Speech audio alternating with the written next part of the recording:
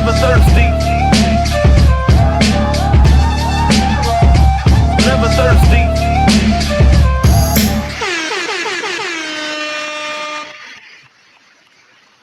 Yes, never thirsty. What's up, fellas? There, Neff. How are you, man? Sure. That's just crazy. Okay, well, we'll get into that. I am Stu Stone, a.k.a. Chitty Bambino. This is Never Thirsty Radio. Don't be thirsty out there. Always stay hydrated. Being thirsty, that's a sign of desperation, and that's not what you want to be in life. You don't want to be desperate. You want to be You want to be quenched. I'm drinking coffee again. I'm doing a very bad job showing people how to stay hydrated because I just keep drinking this hot bean water every time we're doing this because it's like I'm so tired and I feel like this is the jolt that I need because I'd rather drink my energy because I don't smell my energy. I don't do that. So I'm just going to have to drink this coffee and wake up. But we also have obviously joining us all the way from New York, the hip hop capital of planet Earth, the b-boy capital of planet Earth, and of course, the man himself, the last, the great, the only American b-boy there is, Mr. B-boy Neffy Neff. NVRThirsty. Neff, how are you, Neff? All right. Hanging in there, brother. All right. And then, of course, from Dusseldorf, we have the king of Instagram, the king of the king of Bob's Gentlemen's Club in Dusseldorf, Germany, Mr. WireFang. Mr. WireFang. So, we don't have as much time this week for pleasantries, or for this episode, I should say, for pleasantries. We do have a guest that's going to be popping in shortly here, all the way from Finland, a gentleman by the name of Jaakko. Jaakko.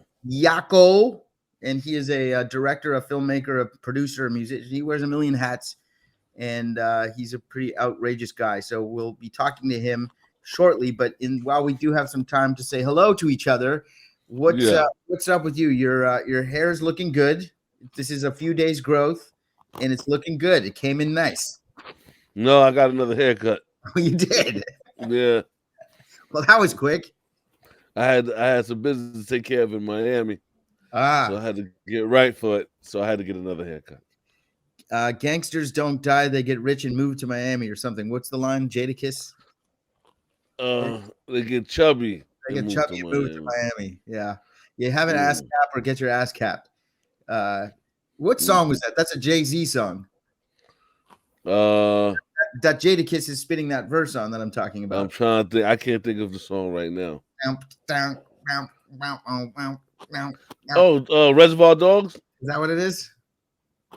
I can't pull Reservoir Dogs. I can't pull it up and play it because I get in trouble from WireFang if I play music. But it's like it's like it's like Reservoir Dogs. 70s sort of funk soul beat. Yeah, Reservoir Dogs. Gangsters don't die; they get chubby and move to Miami. That's the line. Yeah. You see, even then, it's like it didn't take verses for me to figure out that Jadakiss is the man. It's like I knew. It's like people knew already that he was the man, and it's nice that the younger generation is able to sort of see what we already knew. But Jitty, I need something from you. I need something from you. There's a versus coming up that you have to watch. So we could just. Is it Toto versus Ambrosia? Because I'd watch that. Not quite, brother. Not quite. So what is it? But it's Big Daddy Kane. Oh, snap. Versus KRS1. Wow. That's like pay-per-view. It's going to be outstanding. Are they going to battle? Have you ever watched the verses yet or no? I have. I know they like play songs and they do. That's it. But didn't those two used to battle each other back in the day, or that's not? Well, I remember KRS, and I think they were boys because KRS used to diss the whole Juice Crew damn near. Right. Well, he was dissing MC Shan, Marley, but I think Kane, if I'm not mistaken, Kane didn't get in it like that because him and KRS was tight or they was cool. I mean, those are two of the GOATs. Yeah. Now let's talk about albums. I don't want to get too crazy, but I think KRS might he might get him because KRS. Well, he's got the BDP stuff and he's got the KRS stuff. And I'd say for me specifically, like Big Daddy Kane was really at his Big Daddy Kane was at his ultimate high level. I was still a youngster in the hip hop world. You know what I mean? And I feel like I saw the remnants and the influence that he had on artists, especially in Toronto. There's a rapper that was big here called Maestro Fresh West, who was Canada's Kane. You know, it's like his influence was definitely felt here, but it was like sort of in that, like the first, you know, LL Cool J going back to Cali, like someone's older brother played it at like a dance party. Like that was like what is that?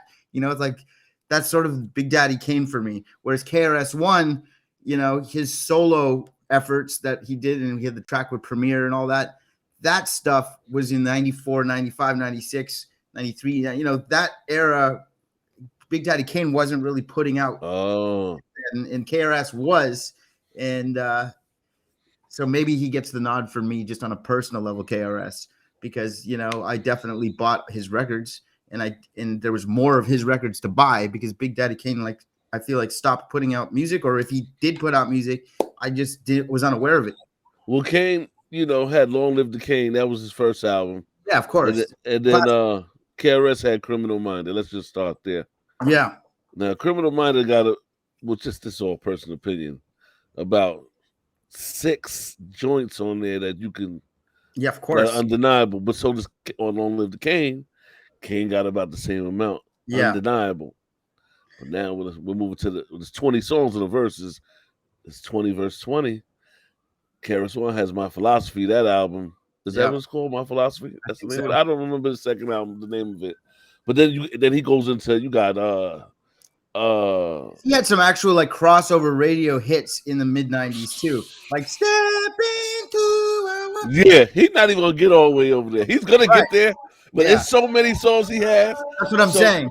Listen, we gotta recap it. Once it happens, this is the first time we're talking to verses, a pre-versus conversation between me and you. I mean, I think that it's going to be amazing no matter what. And if I was to think of like the spawn of KRS and Big Daddy Kane, I would say Big Daddy Kane probably influenced guys like Jay-Z a little bit more. And I would say that KRS1 probably influenced guys like Nas a little more.